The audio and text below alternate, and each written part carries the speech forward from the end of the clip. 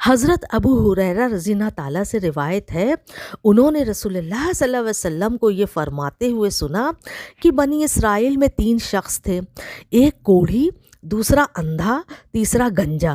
اللہ تعالیٰ نے ان تینوں کو آزمانا چاہا، چنانچہ ان کی طرف ایک فرشتہ بھیجا جو پہلے کوڑھی کے پاس آیا اور کہنے لگا کہ تجھے کیا چیز پیاری ہے؟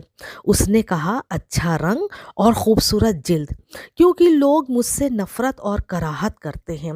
آپ نے فرمایا، فرشتے نے اس پر ہاتھ پھیرا تو اس کا مرض جاتا رہا اور اسے اچھے رنگ کے ساتھ خوبصورت جلد عنایت ہو گئی۔ پھر فرشتے نے کہا تجھے کون سا مال پسند ہے؟ تو اس نے ایک اونٹ کا مطالبہ کیا، تاہم اسے 10 ماہ کی حاملہ اٹھنی دے دی گئی۔ فرشتے نے کہا تجھے اس میں برکت دی گئی۔ پھر وہ فرشتہ گنجے کے پاس گیا اور اس سے کہا تو کیا چاہتا ہے؟ اس نے کہا مجھ سے یہ گنجا پن جاتا رہے اور میرے خوبصورت بال ہوں، کیونکہ لوگ مجھ سے نفرت کرتے ہیں۔ آپ نے فرمایا، فرشتے نے اس پر بھی ہاتھ پھیرا تو اس کا گنجا پن جاتا رہا اور اس کے خوبصورت بال آ گئے۔ پھر فرشتے نے اس سے کہا کہ تجھے کون سا مال زیادہ پسند ہے؟ اس نے کہا مجھے گائے پسند ہے۔ چنانچہ فرشتے نے اسے ایک حاملہ گائے دے کر کہا تجھے اس میں برکت دی جائے گی۔ اس کے بعد وہ فرشتہ اندھے کے پاس گیا اور اس سے پوچھا تجھے کون سی چیز زیادہ پسند ہے؟ اس نے کہا اللہ تعالیٰ میری بینائی مجھے واپس کر دے تاکہ میں اس کے ذریعے سے لوگوں کو دیکھ سکوں۔ آپ نے فرمایا، فرشتے نے اس پر ہاتھ پھیرا تو اللہ تعالیٰ نے اس کی بینائی واپس کر دی۔ فرشتے نے دریافت کیا کہ تجھے کون سا مال پسند زیادہ ہے؟ تو اس نے کہا مجھے بکری پسند ہے۔ چنانچہ فرشتے نے اسے ایک حاملہ بکری دے دی۔ پھر ان دونوں کی اٹھنی گائے بچے جننے لگی اور بکری نے بھی بچے دینے شروع کر دیے۔ اس کوڑھی کے پاس جنگل بھر ریوڑ اونٹ ہو گئے، گنجے کے پاس جنگل بھر گائے اور اندھے کے پاس جنگل بھر بکریاں ہو گئیں۔ اس کے بعد وہی فرشتہ انسانی شکل اور صورت میں کوڑھی کے پاس آیا اور کہنے لگا کہ میں ایک مسکین آدمی ہوں اور دوران سفر میں میرا سامان وغیرہ ختم ہو گیا ہے۔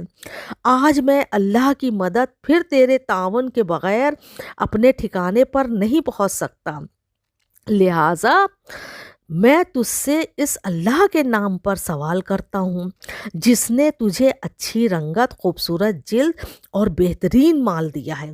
مجھے ایک اونٹ دے دے تاکہ میں اس پر سوار ہو کر سفر کر سکوں۔